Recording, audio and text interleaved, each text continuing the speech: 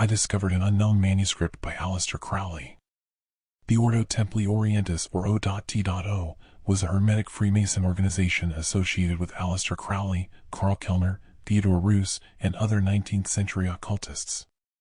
Their underground society was closely connected with the rich and powerful academic elite. In the early 1900s, the Los Angeles chapter was quite active and caused frequent controversy in the news. This brief history lesson is highly pertinent to what I'm about to reveal.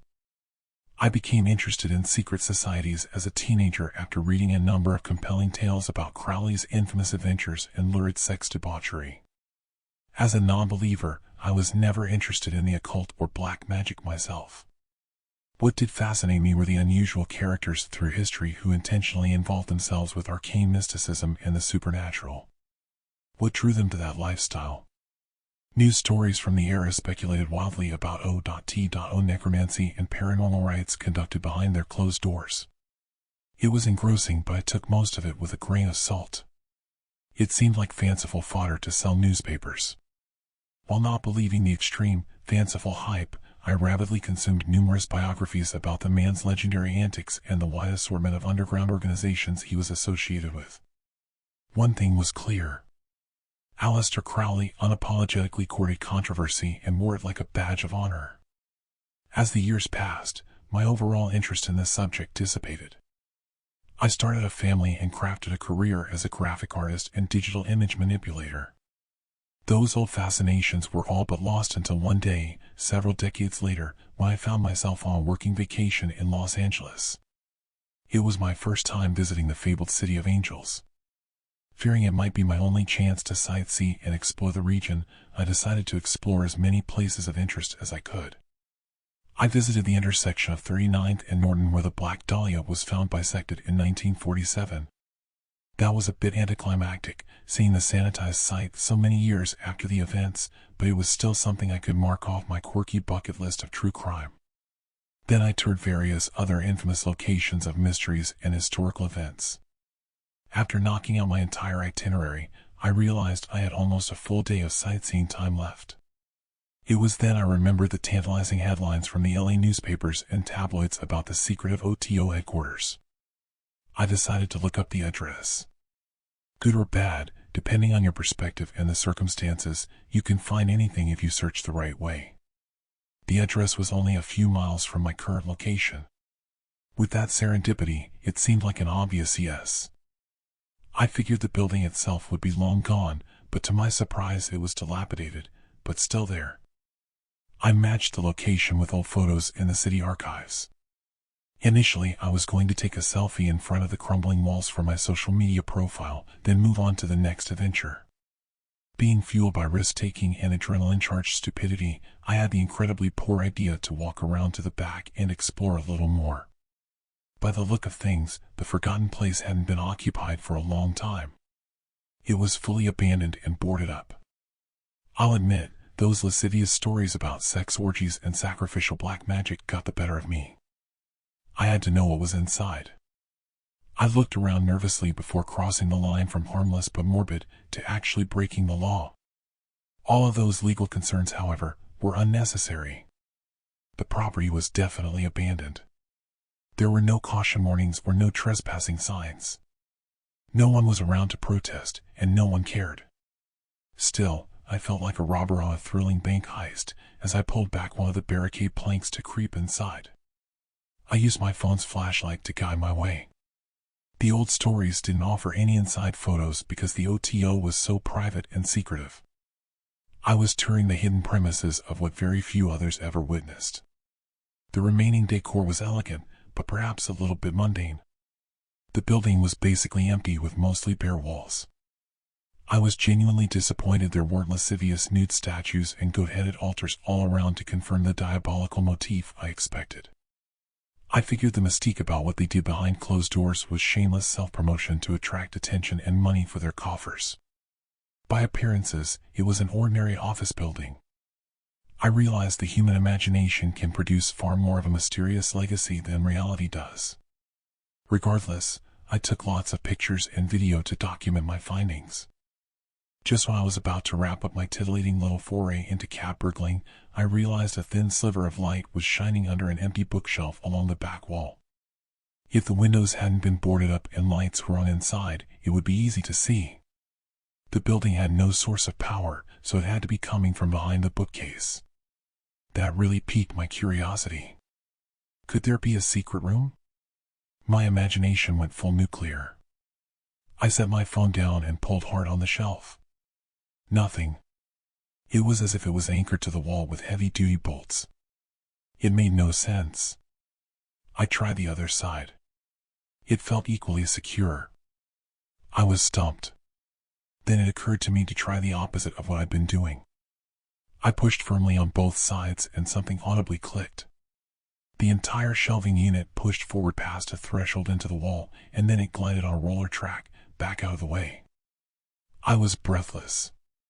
Before me was a hidden staircase leading down to a subterranean room. I don't mind admitting I was afraid. My initial perception of the upstairs was underwhelming to say the least, and downright dull. I realized that sterile facade was by design, in case they were raided by the authorities. For that clever level of misdirection and security, it meant they genuinely had something significant to hide down below. Holy hell! I was perched upon the stairway to the dark legacy of whatever those secrets were. With shaky knees, I descended the dusty steps. The secret lair of this infamous OTO Black Lodge had been unvisited for perhaps 70 years. Let me tell you folks, their sinister reputation was deserved and real. Whatever you might have expected me to find wouldn't even come close to the terrifying things I actually discovered there. It looked like an exaggerated Hollywood movie set of what a film studio would expect from an hidden occult temple. There was a menacing-looking altar, a large pentagram marked on the floor, black candles still in the wall sconces, and cryptic, indecipherable inscriptions graced the dark walls. I couldn't be sure what the arcane sigils themselves said, but I assumed they were written in Enotian or other secret languages. It was the whole 9 yards of occult cliches. It truly was a devilish, satanic haven. I was a fly on the wall in a brooding abyss never meant to be seen by unauthorized spectators. I was so stunned and creeped out by the pervasive aura of evil that I committed the cardinal sin. I failed to document it. Honestly, it's all I could do to not immediately tear out of that creepy den in murderous iniquity and run for my life. The more I surveyed the forbidden surroundings, the more I desperately needed to scram. I feared the upstairs bookcase might snap shut like a booby trap inside a pharaoh's protective tomb and seal my fate forever. As a foolhardy parting gesture to doom us all, I impulsively grabbed a large leather-bound volume laying on the sacrificial altar on the way out. At the time, I figured there would be no harm in taking an old book which no one alive even knew was there in the long-abandoned derelict building. In lieu of photographic evidence, that book was going to be my proof of the existence of the hidden room. That is, if I summoned the courage to admit my unauthorized exploration of the shuttered location in the first place. Back outside in the relative safety of my rental car, I could finally breathe again. I'd escaped the horrid temple where God knows what transpired.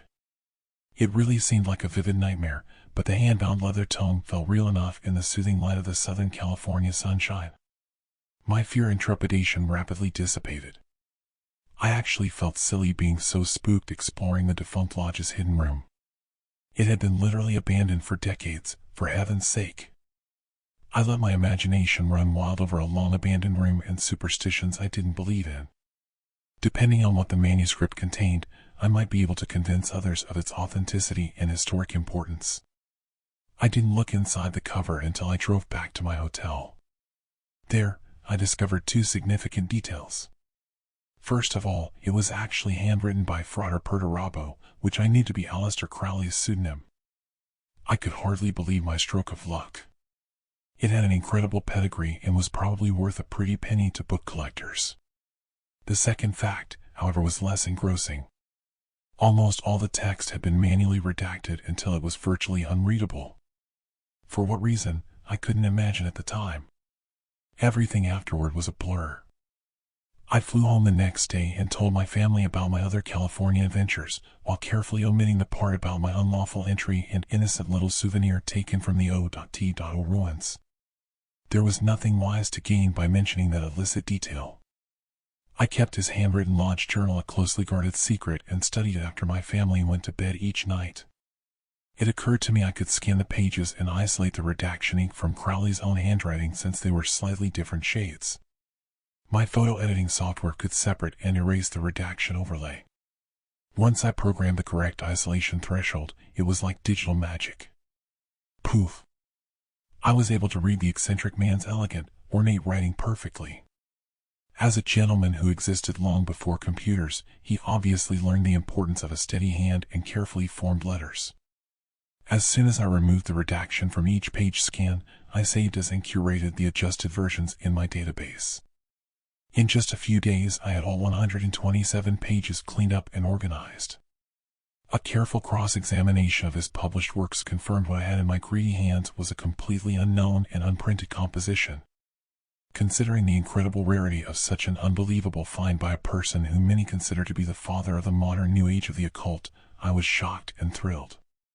This lost volume could be worth millions to the right bidder through auction, and later, publishing rights.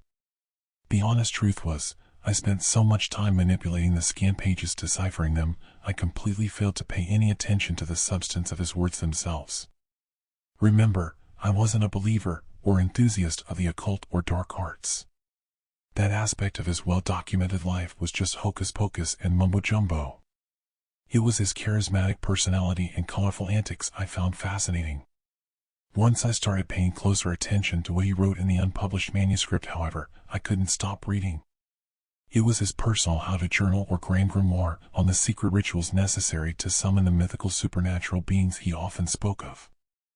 The book was going to be my golden ticket as soon as I proved official provenance. I couldn't stop dreaming of the pile of money it would bring me. Never once did I believe a word of it. Acknowledge that huge failure in judgment, I know my most deadly mistake in the spiraling series of bad decisions was in obtaining it. The second was to render it readable again. As I ignorantly quoted the diabolical incantations aloud, it was purely from curiosity.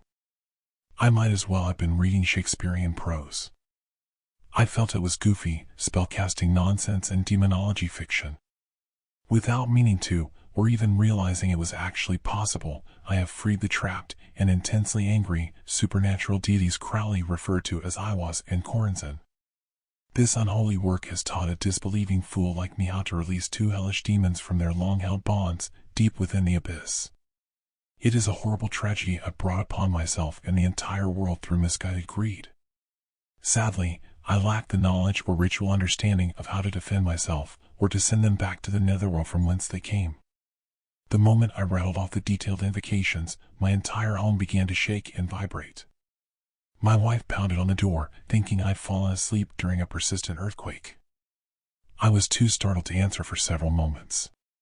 Two ethereal wraiths materialized at opposite ends of my office and cast a malevolent aura of pure dread. The potent stench they brought with them reminded me of a festering slaughterhouse.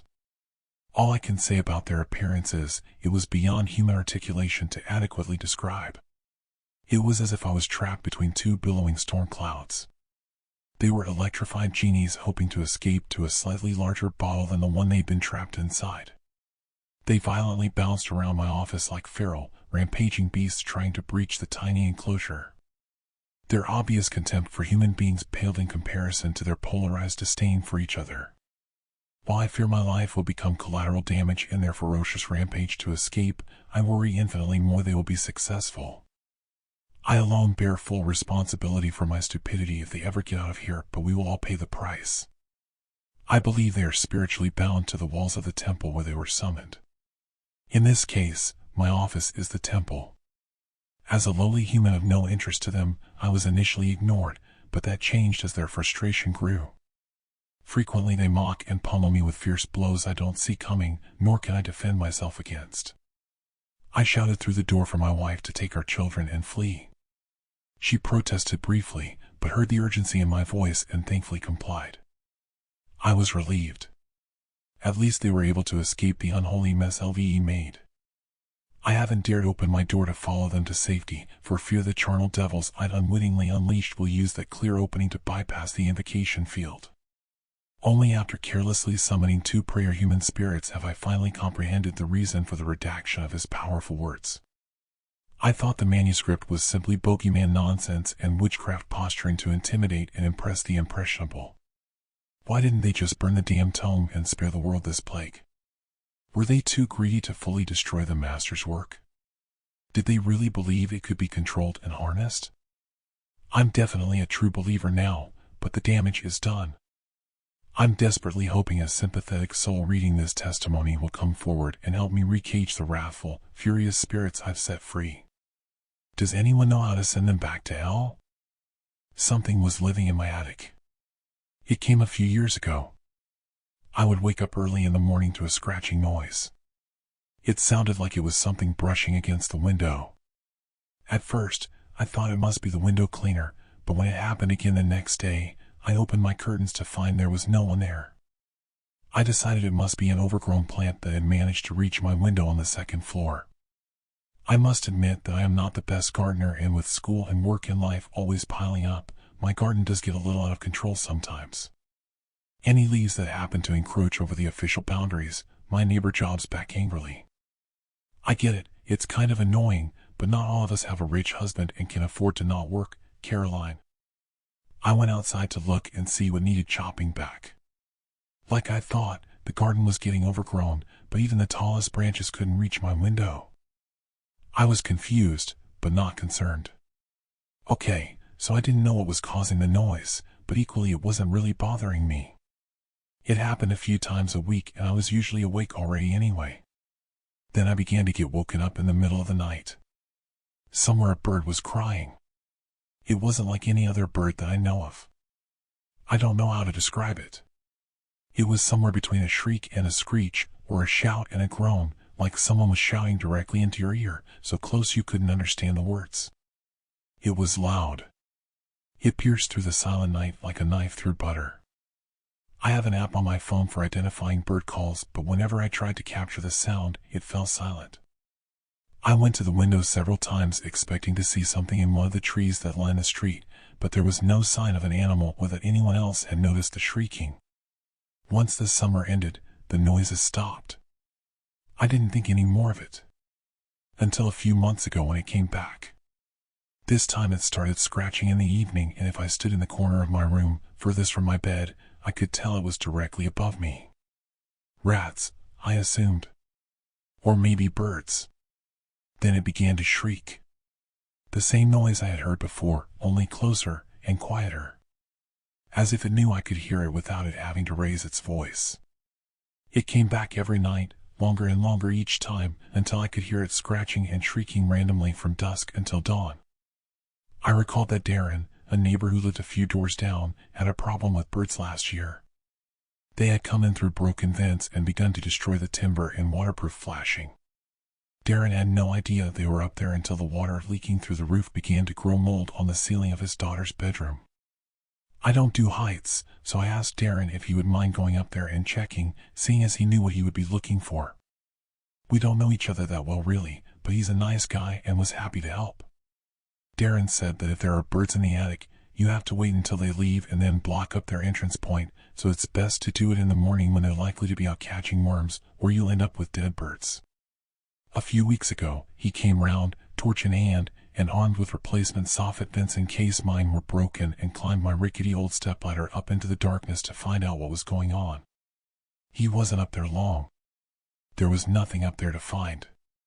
No animals, no nests, no animal poo, not rat or bird or bat. There was no evidence that anything had been living up there. He did say that one of the vents was missing completely, so he replaced it to stop anything from getting in the future. Whatever it wasn't there now, and with the vent replaced there was no way for it to get in. I gave Darren a bottle of whiskey to thank him for his time. He said he didn't really do much, but he took the bottle. That night, I crawled into bed, expecting a silent night's sleep for the first time in months. I was just beginning to slip away into sleep when my mind snapped awake again. The scratching was back. And it was moving.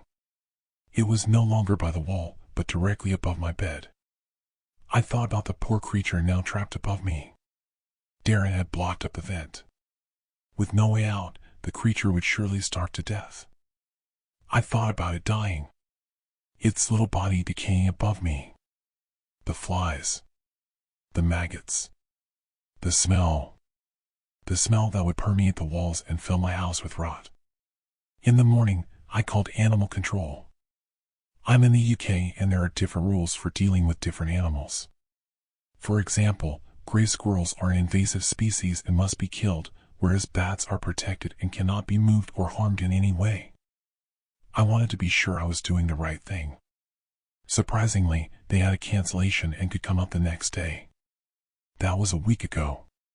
When he came, the animal control guy agreed with Darren. There was no evidence of animal activity in my attic. He was an older guy and called me love when he told me I'd probably just heard birds walking on top of the roof. I resigned myself to a life of being patronized and kept awake by scratching. But that night there was no noise.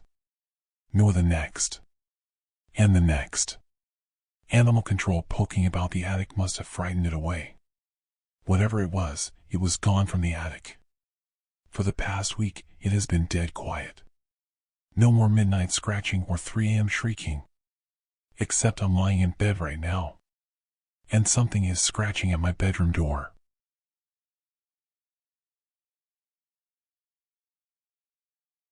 The thing outside my door. It was one of my earliest memories.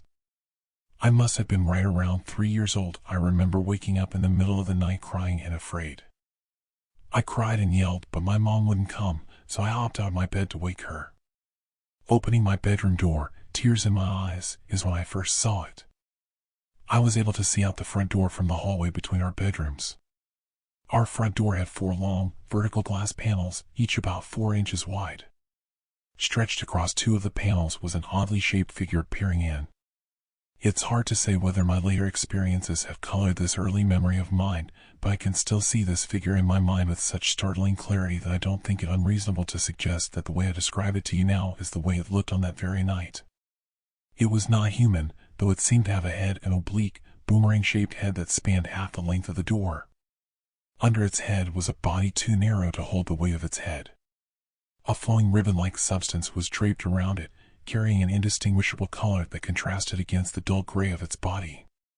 In hindsight, the strangest part of this exchange was my immediate comfort from the figure. My fear was gone, and I simply and easily went back to bed. My memory is more sporadic after that first night, but over the next 3 years or so I would continue to wake in the night with giddy excitement to peek at the front door for the thing I called Arrowhead. He didn't visit frequently, and sometimes it would feel like forever between sightings, and my developing brain would question whether the previous sighting was indeed just a nightmare, like my mom kept suggesting. I always told her she was wrong. Nightmares were supposed to be scary, but I was never scared when I saw Arrowhead. Things changed when I was 5 years old or so. I decided that the next time I saw Arrowhead, I would let him in the house so that my mom could see that the thing I was seeing at night was, in fact, real. I figured that he was visiting us for a reason, and standing outside the front door was its way of asking to come in. As luck would have it, Arrowhead visited shortly afterward, and I strolled downstairs in a childlike stupor to let him in. When I approached the door, I saw its eyes for the first time. On both sides of the boomerang of its head was a single, golf ball-sized black pupil, hanging abnormally still in the center of a white membrane. The best I can compare it to now is the eye of giant squid. It was the eye of something that would not seem strange if you were told beforehand that it had evolved in the abyss of the ocean, but staring at me through my front door, I remember feeling an intense horror I had never quite felt before. I ran upstairs screaming to wake up my parents, but they just would not budge. I remember shaking them and screaming in their faces until I just couldn't scream anymore. I locked myself in my room and cried until I passed out on the floor from sheer exhaustion. The years after were difficult. I started seeing a child psychotherapist who attributed the experiences to night terrors caused by pediatric sleep apnea. She explained to my parents that I would stop breathing at night when sleeping on my back, causing terrifying and disorienting hallucinations involving the visitor at our door. I maintained that what I was seeing was real, but in any case, she taught me vital coping mechanisms that I still use to this day to navigate what she would call an apneic episode. It's simple, but it goes like this. Whenever I wake up, certain of Arrowhead's presence at my door, I use cues to remind myself that I'm sleeping. It's sort of like lucid dreaming, but as a nightmare therapy. I ask myself what time it is, or try to wake up someone in the dream. If they don't wake up, I know I'm still dreaming. I know not to look for Arrowhead. I'm able to go back to sleep without issue. But I'm never actually sleeping during these episodes. It's hard to explain, but everything I've described above happens to me in a waking state. I'm convinced that these aren't actual nightmares, at least not the ones most people experience. In high school and college, sharing these stories actually won me a few friends, though none were ever convinced that I was anything other than an imaginative storyteller. More years went by. I married a woman I adore. I got my first job, and then I got a better job. I lost my dad a few years back. We were close, but we never really talked about my episodes. The whole thing made him very uncomfortable, and we never really lingered on the subject. I'm in my late 20s now and life is good. I'm married, and my wife and I are expecting our first child, a boy. We live in a one-bedroom apartment on the 3rd floor of a walk-up in Brooklyn, and like many before us, we're eager for more space and an elevator. The only problem is that I don't really want to move. Our apartment has a unique feature that I haven't seen in any other NYC apartment, a 6-by-5-foot mudroom between the front door of our apartment and the front door to our living space. My wife says that once we move, she'll miss having a dedicated space to leave our boots during winter snow. I'm going to miss having another door between me and Arrowhead. I wouldn't be writing this post if everything were normal. I know Arrowhead still visits me at night, but like I said, it's not really an issue if I don't go looking for him. The problem started shortly after my wife became pregnant. I started waking up more frequently than usual from Arrowhead's presence at the front door. Being used to the routine, I was more concerned by my lack of sleep than by any malevolence on the behalf of my visitor. Until last night. I woke up to all the familiar sensations. I was in our bedroom, but something about the room was slightly off.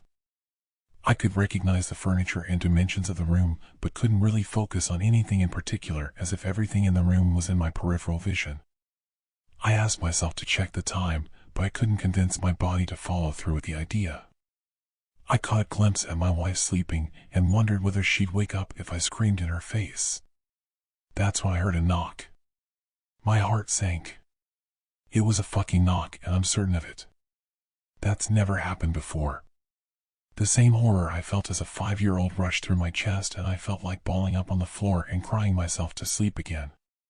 But reason quickly overwhelmed me and inspired a more primal terror when I realized the knock I heard was too quiet to have come from the front door. It had to have come from inside the mudroom. I don't know what came over me, but I just acted without thinking. I ignored all my cues. I ran to the door of the mudroom and ripped it open to greet my old friend, but nothing was there. Nothing except the front door of the apartment standing tightly shut across 6 feet of darkness. Fluorescent light from the communal hallway of the building outlined the front door, but no light flowed through the peephole. I knew he was looking through it from the outside. I took a step forward to meet his eye through it, to invite him in and feel the warmth of our first encounter. But then I remembered those dead eyes of his. I closed the door and cued myself back to sleep. I've calmed down a bit and wanted to share my story here.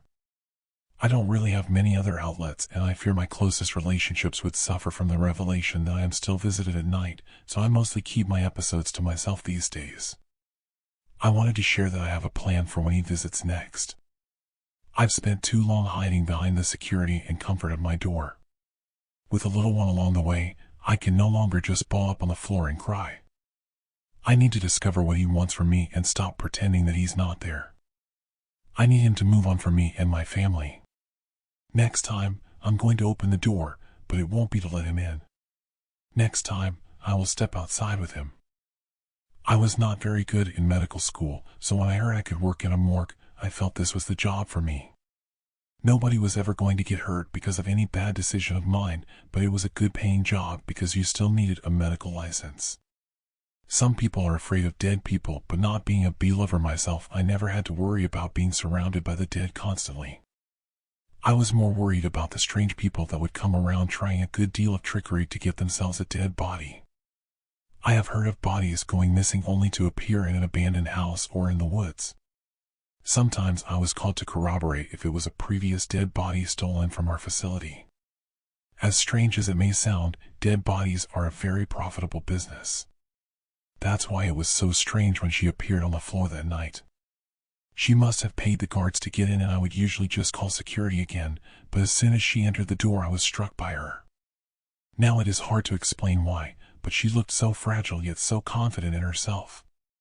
She wasn't the most attractive woman you can think of, yet there was something in the way she walked or moved or the way her eyes looked at me that I couldn't take my eyes off her. Also, she immediately smiled, which made me even more harmless against her. I let her into my office, and the closer she got to me, the more I was willing to do anything she said. I felt a strange yellow light coming out of her and pulling me in, and there was this strange melodic sound filling the room. I still remember how she turned her head to me, and without saying anything I knew she wanted me to come to her. It was like we had some sort of telepathic communication. The closer I got to her, I could see this yellow bright light coming from her getting brighter and feeding me this warmth all over my body. Her big eyes stared at me while she touched me for the first time. She held my hand and told me that she was looking for a friend of hers that she needed to find and carry it to some other place. I immediately reacted by going through each of the dead bodies, showing her what was available so she could take anyone she wanted. She would settle on one that had recently arrived. He was a male body of around 45 years old that was intact because according to my autopsy he had a heart attack. I put the body in a bag and carried it onto the morgue van. Something happened to me at that point. I remember that my body hesitated to continue and decided it was time to stay. This moment of clarity showed me that nothing that was happening made any sense, but she quickly persuaded me to come along. For her it was as simple as giving me the right look for me to obey. I still remember I had never felt so pleasantly excited in my life, so I drove them for some time, arriving without receiving any directions at a place I did not know existed before. We arrived in this big house where everything around was dark because the other houses around were empty, so there was no light in the area except for the moonlight. It felt like it was just an abandoned house that needed urgent restoration work like painting or gardening, but without hesitation, I went in. I took the body in as instructed, then I felt the instructions to lie next to the dead body. By now she was laughing, and it was such a precious sound coming from her that I would have done anything in an attempt to continue from happening in my presence. There on the floor I felt my body getting tougher and tougher until I couldn't move it anymore, and my eyes were getting more and more difficult to keep open. I could still hear her laugh, but I didn't understand where I was and what was happening to me, why I couldn't move.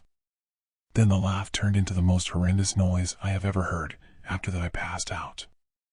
I then felt how everything went black and I could only hear someone walking at a fast pace, more like jogging. I saw this slim figure coming to me. He stopped and looked at me, but it was so dark he just looked like a shadow of a human. His arms and legs were longer than a normal person, and he just continued on his way until it disappeared on my back. I went forward until I saw this small light that kept getting bigger the closer I got until it filled me completely. When I woke up, I felt scared. I couldn't move, but I could feel I was being dragged through the floor. The only thing I could see was this blurry image of someone next to me moving my body down some stairs. I tried to move, but my body was too heavy, and even with all my effort I couldn't move a muscle. The lights were going out, so I realized that I was being dragged down to a basement. There in the dark I felt how my hand got locked to a steel pipe with a chain locked. Some minutes later I still couldn't move, but my vision became more and more clearer, and now I could see the face of the person that brought me down here. It was an old woman that seemed to have some sort of skin rash all around his cheeks and neck. I couldn't talk, and she didn't seem interested in me. I saw her look at me, but with such disinterest, almost like if I was not even there. She left me on the floor, and I saw how she went away. Minutes later she returned dragging this other unconscious body down the basement stairs, and I could see that he was awake, because as soon as they were down she left him alone, and he moved in a very unstable way, like almost falling down on every step, and working hard on trying to get control of his mass. He then went to the other side of the room and sat down. I couldn't see him clearly since the only illumination we had here was coming from a candle, but I felt his stare looking at me. He would have from time to time full body spasms that he tried to control with even more violent movements, sometimes hitting himself against the wall. By then I could barely move and stay awake, but felt heaviness all over my body like it wanted to shut down. His face has started to bleed because of him hitting himself, but he seemed like he did not felt any pain. It looked more like a rabid dog trying to beat his disease out until it couldn't fight the heaviness anymore and fell to the floor. I stayed awake for some seconds, enough to see how he was standing up and coming my way, and I felt scared and helpless like I had never felt before, and I wished that I just wouldn't wake up again. From the reduced vision I had, I could see this dark slim figure standing next to him looking like he was supervising his movements. When I woke up, I didn't know how much time had passed. I looked around and the basement was dark and felt empty. I could move and I tried and was able to make sounds with my mouth. I then noticed my voice sounded weird, but at least I could make noises now.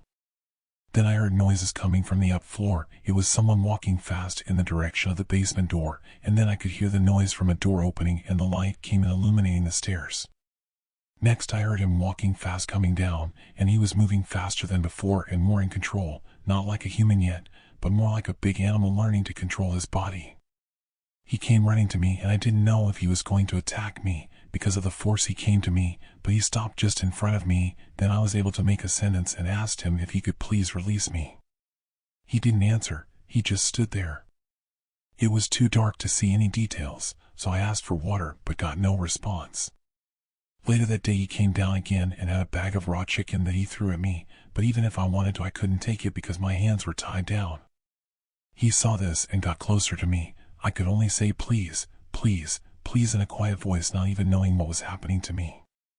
He took a piece of raw chicken and brought it closer to my face to try to force it into my mouth, and with his other hand he took another piece and started to eat it himself. Blood and transparent slime liquid started to come out of his mouth, dropping into his chin. He continued to bring the other piece into my mouth, but I kept rejecting it. He finally got away from me and took the bag and sat down on the floor where he continued eating, chopping all that raw white meat with his teeth, and blood coming down from his hands. More blood started to come out, and I saw how he had started to bite and took pieces from his own hands. It seemed like even pain was something he wanted to experiment with, so he bit even harder into his hand, into his own flesh.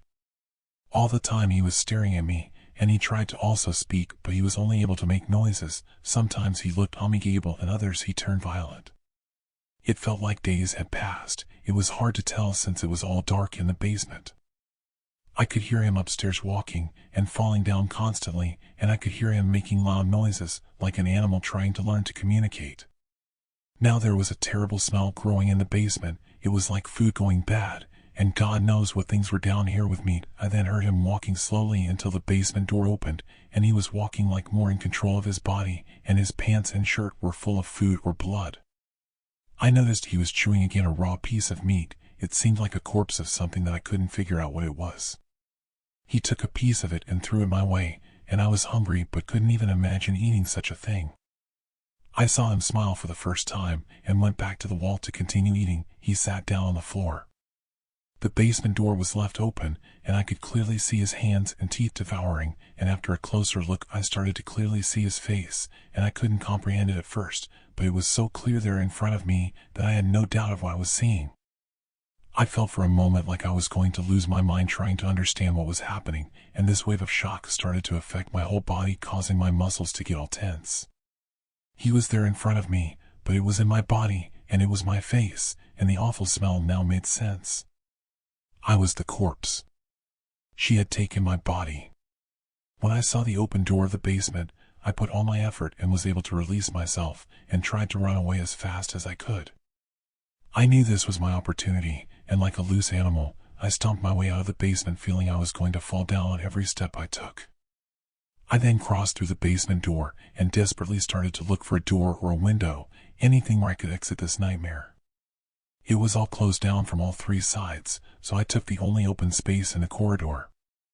I felt the vulnerability of my situation, not knowing what could appear on any turn in this house. I felt trapped, as if I was going through a maze in no direction, but just trying to move away as fast as I could. The noises came from down the basement, and I assumed the creature was now coming to get me. Every time I blinked I could see this slim black figure in front of me, but when I opened my eyes there was nothing there. I thought it was because of my desperation to get out of that place, as I knew I would only have this opportunity. I saw light coming from somewhere, daylight I haven't seen in God knows how long. I imagined a blue sky waiting for me, and that gave me extra strength to continue running away. I crossed what it seemed like a living room, and in a corner, there she was.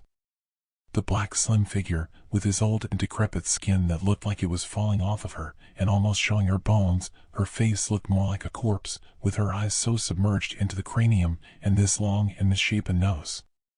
She turned to face me, and for a second looked surprised, but then stopped and started to laugh hysterically. That horrible noise I have heard before. I didn't have much time left, and I saw a door on the next room and ran for it, and finally I exited the house. It was the clear blue sky I had imagined, and I stopped and stood just a few steps out.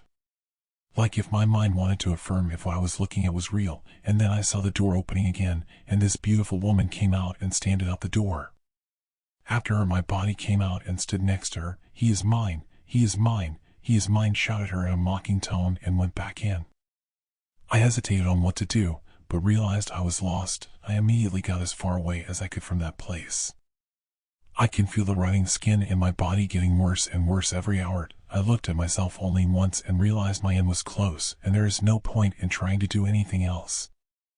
I live now in the landfill of the city where no one can see me, just waiting for this body to die again. I am a field reporter, and I discovered something about silence. I'm an investigative reporter.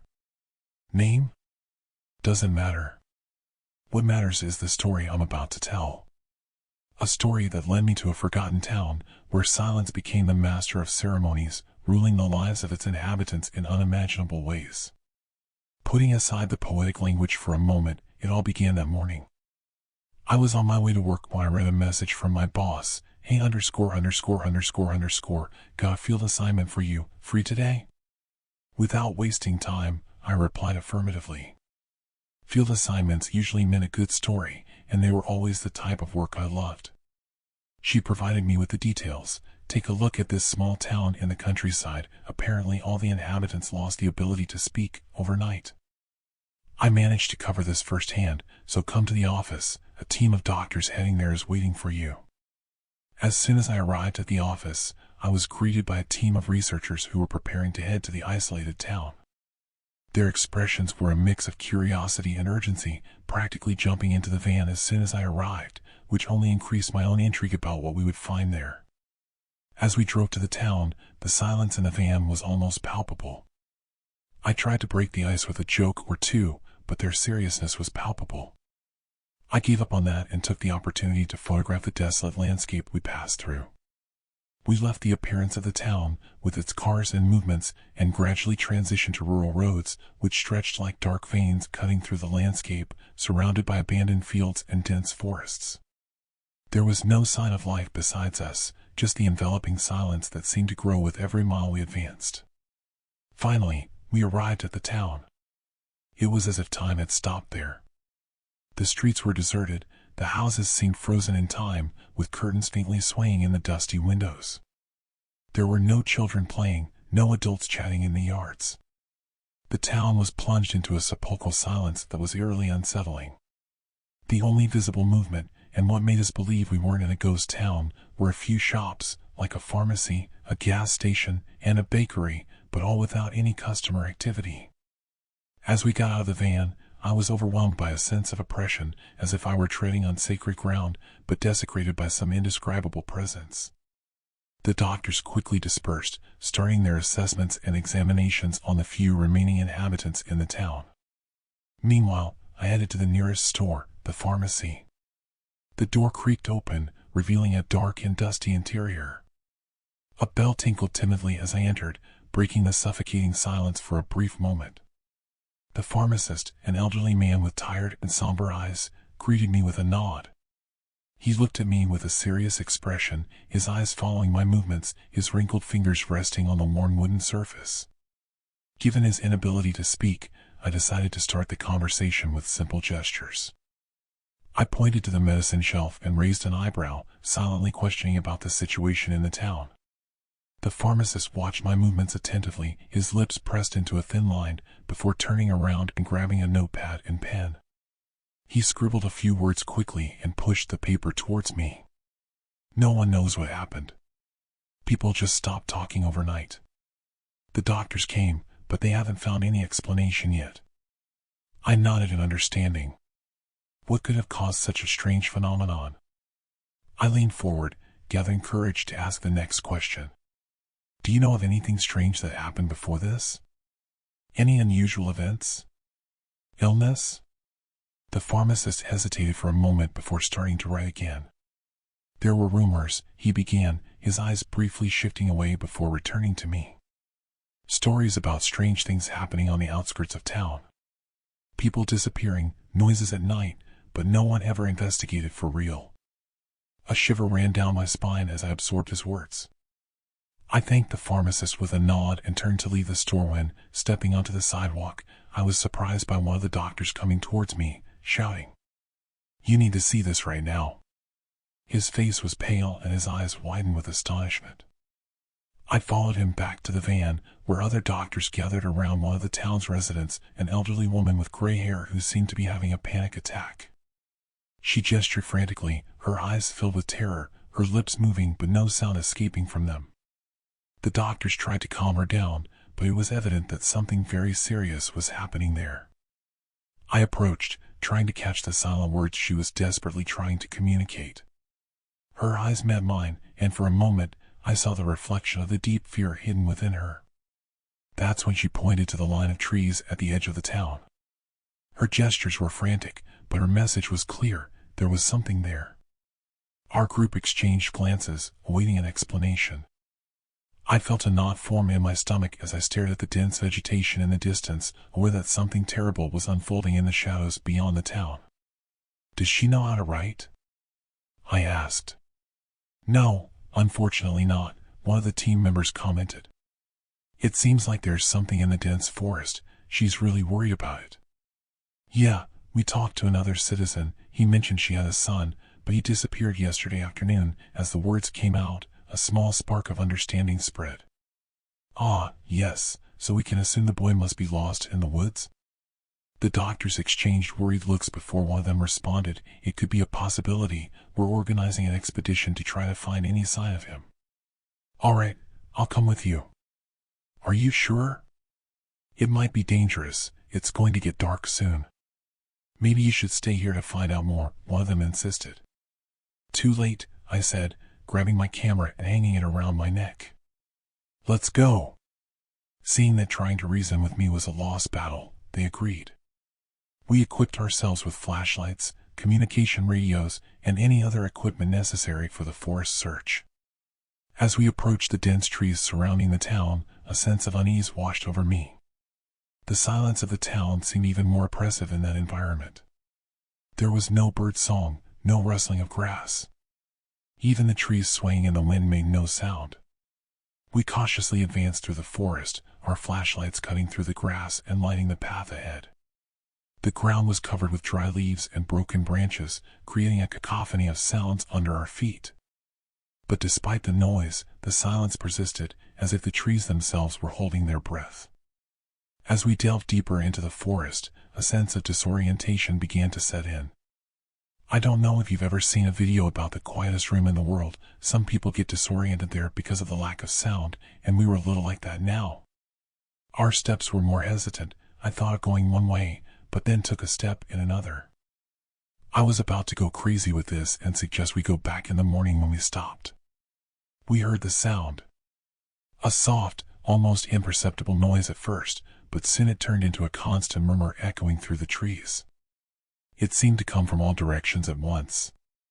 We followed the sound, our hearts pounding in our chests, until we finally found what we were looking for, a clearing in the heart of the forest, illuminated by the moonlight. At the center of the clearing, standing before an ancient twisted tree, was the boy. He stood still, his eyes fixed on the tree in front of him. His lips moved in an inaudible whisper, his empty eyes reflecting the moonlight. It was as if he were in a trance. Carefully, we approached him, calling out his name. But he didn't respond. He seemed not to hear us, lost somewhere within his own mind. It was then that the silence was broken once and for all, with a noise of wood, dry. I shiver every time I hear that noise again. You know, that noise of branches twisting or trunks falling? It was something similar. As soon as I heard it, I diverted my eyes from the boy, going towards the big tree he was staring at, and then I had the full feeling of what fear is. I trembled and became unable to speak, just pointing in that direction, hoping my colleagues would notice and look, but nothing. I pointed frantically at the twisted tree, my fingers now trembling with fear. The other team members noticed and followed my gaze, and in the moonlight, we glimpsed a dark and sinister figure emerging from the shadows. The trunk of the tree began to split, large segments moving aside from the main one, and then it began to take shape, arms. They were followed by a step forward with colossal legs, emerging from under the ground. That thing stared at us, its face twisted behind thin branches, and I swear I could see it smiling, the worst smile I've ever seen. I trembled with fear as I stared at that abomination, my heart pounding uncontrollably in my chest. It was impossible to deny anymore. We were facing something beyond the normal, that or it was some kind of highly elaborate and cinematic prank, which I didn't believe much. Instinctively, I stepped back, my mind screaming to flee. I didn't know what to do. I couldn't leave the others behind, and it wouldn't be the role of the journalist, face the facts, absorb what's happening, and then transmit it screaming for others. I yelled to the other team members to prepare to run, grabbed my camera, and began taking pictures frantically. At least if they found me minimally intact, they would have a record of what happened. The photos captured the macabre scene before us. The creature, with its distorted and sinister appearance, seemed almost supernatural in the moonlight. I clicked frantically, each flash revealing more details of that body, its grooves extending throughout the body. As my mind struggled to process what I was witnessing, the other team members began to retreat slowly, their faces pale and eyes wide with terror. The constant murmur of the creature filled the air, enveloping us in a cacophony of distorted sounds that seemed to echo inside our own skulls. It was like a human voice, but very distorted, screaming in a mad way. We covered our ears, in vain. "Let's get out of here now!" I shouted, my voice ringing loud and shrill in the oppressive silence of the forest. Adrenaline pumped through my veins as I turned to run, my legs moving as fast as they could. The others were already ahead, the first doctor carrying the boy while the others illuminated the path, and looking back, I could see the creature moving towards us. I ran like I had never run before, my mind screaming for me to escape from that abomination. As our feet pounded the ground, the distorted murmur of the creature followed us, growing in intensity with every step. It seemed like an orchestra of horror, its cacophony of sounds reverberating through the trees and filling the forest with an atmosphere of terror. It was hard to know where it was coming from. Sometimes it seemed far away, sometimes it came from the left or the right, and then from in front of us, but we didn't see it. I felt my heart hammering in my chest, my legs burning with the desperate effort to escape. Every breath was a challenge, every muscle in my body clamoring for rest. We could see the town in the distance, believing that maybe it could give us some safety, when I stumbled on a loose stone on the path, my camera flying from my hand and falling to the ground with a dull thud. I fell to my knees, a wave of pain coursing through my body as the damp earth scraped against my skin. Desperately, I turned to reach for my camera, the only witness of what had happened, but I came face to face with the creature, closer than ever. I froze, thought it was my end, when a hand pulled me out. It was one of the doctors from the team. Leave the camera," he said. We exited the dense forest. My leg was injured. I couldn't put weight on it. As I was being pulled, I faced the forest. I saw the creature approaching the forest's edge. It crouched down and stared at the camera, then looked at me, got down on all fours, and did the most terrifying thing I've ever seen. It raised its head, like a wolf howling, but what came out was a "let's get out of here now," exactly like my voice. The others turned around confused, and witnessed that macabre scene. It was as if it was enjoying the imitation, mocking us. I could feel a sadistic smile coming from it. The silent city stretched out before us like a small respite from our horrors. The creature turned and headed back to the heart of the forest. The distorted murmur disappeared, replaced by the oppressive silence that hung over the town. I sat on the ground, my breath ragged and my hands trembling. My colleagues gathered around me, their pale faces and wide-eyed reflecting the terror we all shared. What was that?" I asked, my voice barely rising above a whisper. No one had an answer. We were all struggling to process what we had seen, the terrible creature that emerged from the shadows of the forest. It was as if we had been dragged into the middle of a nightmare, with no logical explanation to guide us back to reality. As we recovered from the shock, the silence of the city continued to envelop us, a constant reminder of what still loomed over that place. No matter how much we investigated or searched for answers, some questions would remain unanswered. The boy was then taken to be examined by the doctors, while I was helped by the other team members to return to the van. The next morning, I retrieved the camera, on the edge of the forest, along with one of the doctors, but it was completely damaged, lens damaged, partially broken hardware. I removed its memory card, sending it to a friend of mine who works with photo restoration. The trip back to the city was silent, each of us lost in our own thoughts as we tried to process what we had witnessed in the forest. Upon arriving in the city, I handed in a report to my boss and reported everything that happened in the forest. She listened attentively, her expression tense as she absorbed every detail. When I finished, she stood up, thanking me and asking me to wait while she discussed the matter with the other team members. As I waited, I reflected on what had happened. The creature in the forest, the oppressive silence of the city, the dark secrets that seemed to be buried. We hadn't made any progress. On the contrary, only more questions lingered now. My boss returned with a serious expression, her words cutting through the tense air of the room. "Look, we decided to give you early vacation," she said. Before I could protest, she continued, "We're worried that this might have affected you. Maybe a field mission so far away was too stressful for you. Here's what we're going to do. Take 15 days off, travel somewhere, clear your head, and then come back, doing work in the region, covering local stories, okay?" I knew it wouldn't help to argue. The serious expression on her face made it clear that the decision was made. I accepted the offer, thanking her before leaving the room. As I left the newspaper building, my mind was in turmoil. I decided to follow my boss's advice and take some time for myself. I decided to travel to a distant place, far from the hustle and bustle of the city, hoping to find peace and clarity of mind. Over the next 2 weeks, I wandered through tranquil landscapes and quiet towns, trying to push away the horrors I had witnessed. But wherever I went, the silence of that forgotten city still echoed in my ears, reminding me that something terrible was lurking out there. I spent almost all my time wearing headphones, escaping from the silence. I was ready to return from my vacation, almost forgetting and putting this story in the archived memories of my mind when I received a package in the mail from my friend. It was the memory card along with a note. I couldn't recover everything, just a portion of footage that wasn't corrupted. I converted it into a photo in case you don't mind. There was no way to understand the sound anyway. I hope you liked it, because I have no idea what this is. I took the memory card and inserted it into my laptop. The only recovered photo was this one. A blurry image, but enough to make my heart race again. It was a photo of the creature in the forest, from when the camera fell. It stared at the camera, lowered, the deep expanse of the forest behind it. I know many people may not believe it, but I'm sure of what happened. There are things out there, and I believe I'll never be comfortable in the quiet again.